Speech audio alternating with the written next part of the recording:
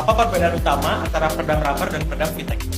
Kalau yang saya lihat sih peredam yang VTEC itu kan bahannya dia serat kaca ya. Kalau yang peredam lain itu kan rata-rata kayak aspal. Si bahannya aspal.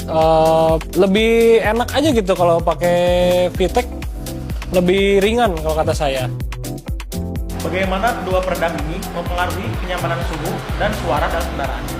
Kalau buat suara sih yang VTEC ini bisa bersaing sama yang aspal ya, karena yang aspal juga kan tebal sebenarnya. Cuma VTEC ini menang dari suhu, karena si VTEC ini kan punya lapisan yang buat tolak panasnya itu, sedangkan di yang aspal itu dia nggak bisa nahan panas. Itu sih bedanya, sama dari bobot sih terutama yang beda tuh. Apa keuntungan menggunakan peredam VTEC dibandingkan dengan peredam rubber untuk kendaraan?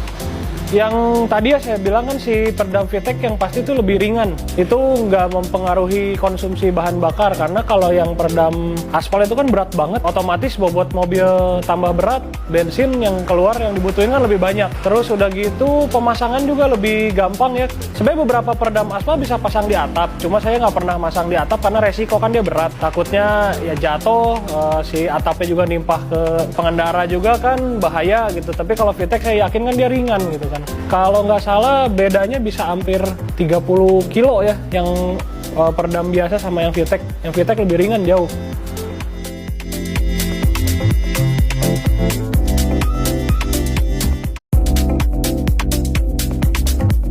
Apa perbedaan utama antara peredam rubber dan peredam VTEC? Kalau yang saya lihat sih peredam yang VTEC itu kan bahannya dia serat kaca ya. Kalau yang peredam lain itu kan rata-rata kayak aspal. Si bahannya aspal. Lebih enak aja gitu kalau pakai VTEC, lebih ringan kalau kata saya. Bagaimana kedua peredam ini mempengaruhi kenyamanan suhu dan suara dalam kendaraan?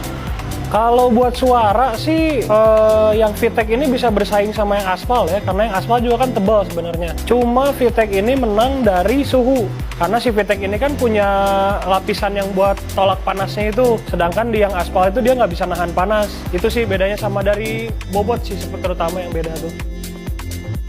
Apa keuntungan menggunakan peredam VTEC dibandingkan dengan peredam rubber untuk kendaraan?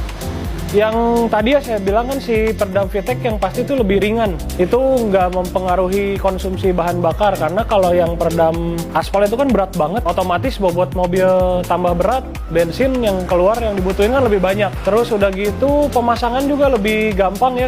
Sebenarnya beberapa peredam aspal bisa pasang di atap, cuma saya nggak pernah masang di atap karena